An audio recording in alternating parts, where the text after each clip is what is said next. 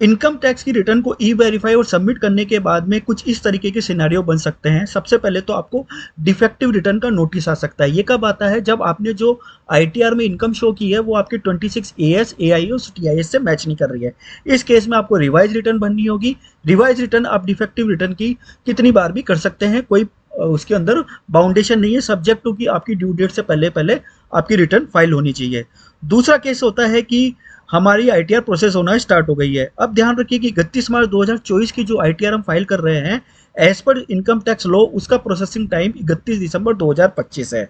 जब तक ITR process नहीं होगी तब तक अगर आपकी आईटीआर में रिफंड है तो आप एलिजिबल नहीं होंगे। रिफंड कितने टाइम में आएगा वो एक अलग बात होती है, लेकिन प्रोसेसिंग टाइम 31 दिसंबर 2025 है। जैसे प्रोसेस होती है तो कुछ केस में रिफंड जो है 1 घंटे में भी आ जाता है, 1 दिन में भी आ जाता है, और कुछ केस में होता है कि 15 से 20 दिन, 25 दिन भी लगते हैं, 1 महीना भी लगता है। लेकिन नो डाउट अब रिफंड टाइम जो है अन्य पिछले वर्षों की तुलना में जल्दी और फास्टर वे में आ रहा है। फ्रेंड्स, आपकी आईटीआर प्रोसेस होती है तो 143(1) का एक इंटीमेशन आता है जो ईमेल, मोबाइल और इनकम टैक्स पोर्टल पर दिखता है, जो आप फाइल रिटर्न में जाकर देख सकते हैं। ग्रीन, ब्लू और रेड कलर में आता है, जिसके अपने एक सिग्निफिकेंस होते हैं।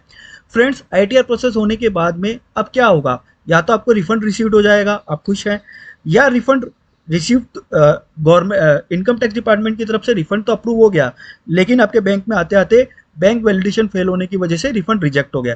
इस केस में आप क्या कर सकते हैं कि रिफंड रीइशू की रिक्वेस्ट डाल सकते हैं, जो सर्विस टैब में इनकम टैक्स पोर्टल पर दिखती है। तीसरा केस हो सकता है कि आपके पास में डिमांड है। अब डिमांड कब आती है? जब आप फेक डिडक्शन क्लेम कर लेते हैं या एक्चुअल डिडक्शन क्लेम की है और जो इनकम टैक्स ऑफिसर है वो सेटिस्फाइड नहीं है तो वो एक्स्ट्रा डॉक्यूमेंट आपसे मांग सकता है। डिमांड के केस में नॉर्मली जब डिमांड का जो नोटिस आता है उसमें ड्यू डेट लिखी रहती है, उस ड्यू डेट तक आपको उसको रिप्लाई करना होता है। आप एग्री कर सकते हो, डिसएग्री कर सकते हो। डिसएग्री करने पर आपको रीजन देने होते हैं। फ्रेंड्स, एक और चीज ध्यान रखिए कि इनकम टैक्स में होता है एक्स पार्टी जो है जजमेंट। एक्स पार्टी जजमेंट का मतलब ये होता है कि अगर आपको ड्यू डेट लिखी हुई है जो इनकम टैक्स नोटिस में, उस डेट तक अगर आपने उसका रिप्लाई नहीं किया तो अब इनकम टैक्स ऑफिसर के पास में वो पावर चली जाएगी और वो बेस्ट जजमेंट के बेसिस पर जो है आपके केस को क्लोज करेगा। एक और पॉइंट होता है कि ओल्ड ड्यूज जो होती है एडजस्टेड कर ली जाती है। मान लो कि आपकी 2011-12 में 2021-22 में कोई डिमांड निकली थी 10,000 रुपए की, और इस बार आपका रिफंड बन रहा है 25,000।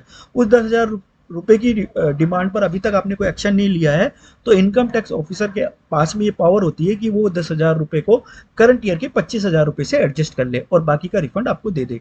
तो ये कुछ सिनारियो थे जो आफ्टर रिटर्न क्रिएट होते हैं। वीडियो अगर अच्छा लगा हो तो लाइक शेयर एंड सब्सक्राइब करें। टिल देन, जय हिंद, जय भारत, धन्यवाद।